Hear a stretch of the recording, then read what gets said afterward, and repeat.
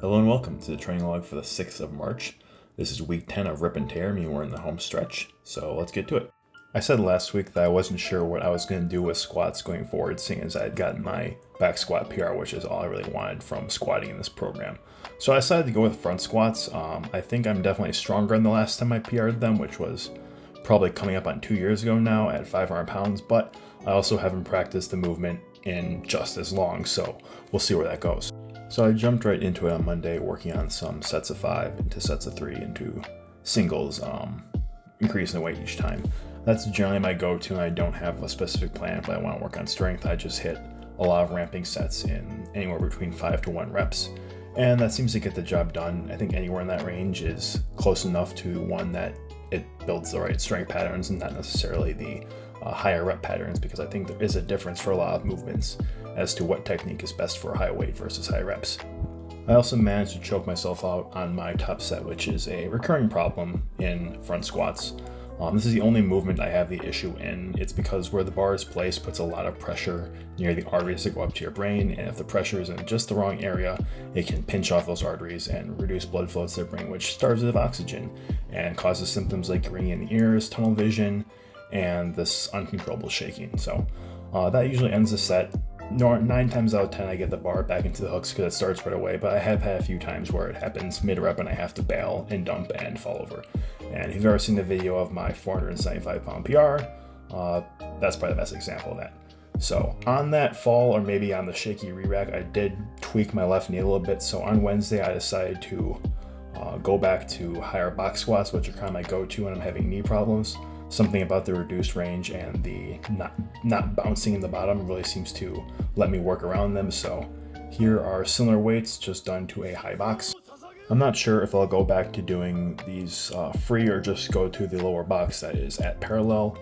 I don't have as much issues free squatting front as I do free squatting back, but I think I just kind of like squatting to a box more than not squatting to a box. And because I'm not competing in a sport that requires free squatting, I really don't see the difference in these two cases.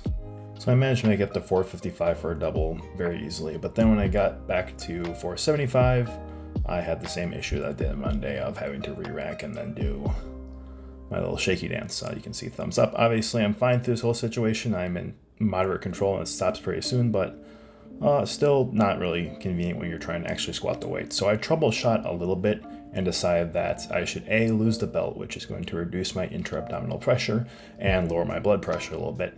And then I went with a kind of side-by-side grip instead of actually crossing my arms. So that stops my shoulders from internally rotating as much, which keeps my shoulder meat away from my neck, which again reduces pressure in that area. And combine those two things allowed me to complete the rep without falling down and shaking all over the place. I don't have much to say about bench this week. It is the last part of the program I'm actually following as written, which is kind of unsurprising. I'm not very good at actually sticking to a program for an extended period because at some point I decide that I have different goals or that I want to do something different and I proceed to do that. So at least I'm sticking to one thing. The bench went smoothly. This is the top sets on Friday. I had an AMRAP at 355, is that? Yeah, 355. And I just ended up doing the 3 reps, just like all the working sets. I just really wasn't feeling more reps that day. And like I said last week, I don't think I'm really in a place to be pressing PRs on bench right now. I'm definitely kind of raising my foundation a bit, but my ceiling is being kept artificially low by the fact that I'm still relatively fatigued from all the work I'm doing for bulking. I'm not sure if I'll do the work needed to kind of realize my gains on bench in this next cut. I might. It'll kind of depend on what the weather of April looks like if I want to fully move on to focusing on overhead pressing, or if the weather's still crappy outside and do a lot of work inside, I might try and do a little more bench work. But anyways, yeah, on to the odd lifts, because of course I'm going to do those. This is kind of the culmination of the last couple of weeks of balance pressing all the unusual bars that you would never actually want to use for bench pressing.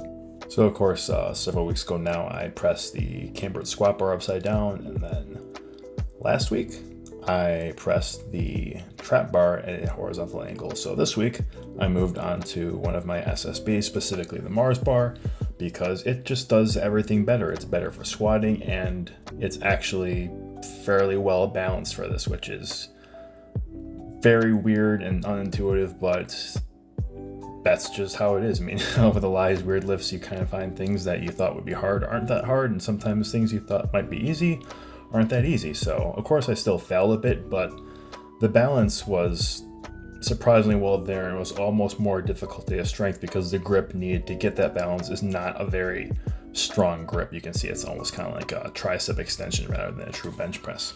So I worked up to 235 pounds, which is the first one of these balance odd bar presses that I've managed to take beyond 2 plates, which is pretty cool. So then Friday I decided to kind of take a moonshot goal and see if I could pull 855 pounds or 9 plates sumo, because if I could, that would bring the total number of stances that I could pull 9 plates at to 4, which is pretty much all the major stances, conventional, sumo, hack, and Jefferson. And spoiler alert, I did. I managed to get up to a very ugly 9-plate sumo deadlift, bringing my total number of stances to 4, which I feel fairly confident saying I'm the first person to ever do that, mostly because no one else this good at deadlift has ever actually cared to do something so silly. They're out usually competing in real sports. But more than the milestone of a 9-plate sumo or 4 stances in 9 plates, this represents even more to me because it represents my ability to lift this much weight with really no practice, no warning, in a odd, inconvenient stance, which means that my floor for deadlift just keeps on getting higher and higher. For reference, it's less than a year ago that I pulled 9-plate in any stance for the first time, and at that time I thought that that might be a lifetime goal.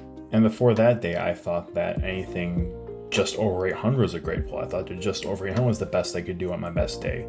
And now 800 is something I can do for a joke stance, just on a random day where I wake up and decide I want to try and do a feet together sumo. I can do that for 800. So my floor on deadlift has just gone so high, and it's been such a short amount of time, relatively speaking, that I don't think it's strictly because I've become stronger. You've probably all heard the story about how, for the longest time, the 4-minute mile was considered impossible. Until one guy did, and then within a couple of years, there were multiple other people that done, because all it took was one guy showing that, yes, this is possible, and suddenly nobody was limited by the belief that something was impossible. And that is kind of cheesy, and it kind of sounds like motivational garbage, but I think that's what I've kind of done to myself here. I don't think that I've become just 100 pounds stronger in the course of just under a year. I think that I've taught myself through lifting time and again these heavy weights that my limitations are less than I thought they were, and that gives me the confidence to grind through these reps and to try lifts that I probably wouldn't otherwise. So it sounds silly, it sounds dumb, but I feel like what's really become stronger in these last couple of years is just my mindset. And at this point, I don't know how far I can go. I honestly think that within the next year or two, I'll probably pull 10 plates, if not conventional, then at least in Jefferson. And then after that, honestly, I don't know how much I can pull anymore. I'm not even going to try and guess at my lifetime limit, because I'm just going to keep on surprising myself with what I can pull. And I feel like putting an artificial cap on that is just kind of counterproductive. And the last thing I want to talk about this week is, if you haven't already seen it, Eddie Hall, the first man to pull 500 kilograms, who showed everyone else that could be done, reviewed some of my lifts in one of his reaction videos on Facebook. So if you haven't had a chance to see it yet, just find his Facebook page, Eddie Hall the Beast, and scroll down to earlier this weekend, you'll see it. So he was generally pretty positive. He seemed confused, he also seemed a bit concerned, but I think that's pretty par for the course at this point. So it was definitely cool to have his seal of approval, as it were, on all the odd lifts, seeing as that he has done quite a bit in the sport of strongman. And that's about all I've got for this week. It's a little bit longer than the last two. I've been trying to keep them on the shorter end now, because I respect your time and I want to get quality over quantity here. But I had a lot of stuff to talk about this week, particularly with the deadlift. So yeah, if there's anything you want to see in future weeks, let me know. If there's anything I can do to improve these, let me know. Otherwise, I'm just going to keep on doing as I've been doing, and I'll see you guys next week.